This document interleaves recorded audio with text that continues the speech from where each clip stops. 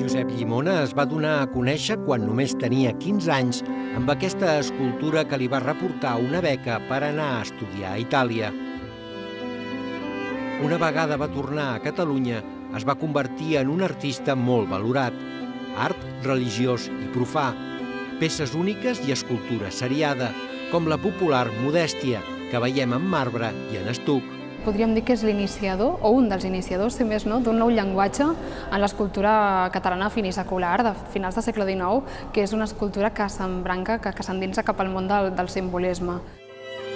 Algunes de les seves escultures adornen edificis, carrers i mausoleus de Catalunya i Espanya.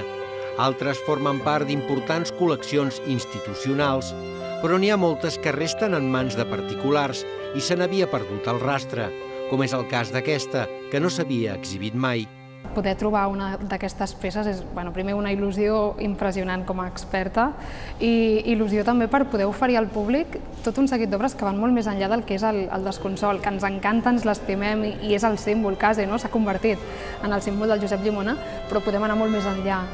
Mai fins ara havien estat agrupades tantes escultures de Llimona en una gran exposició antològica com la que es pot veure al Museu Europeu d'Art Modern de Barcelona, coincidint amb el 150 aniversari del seu naixement.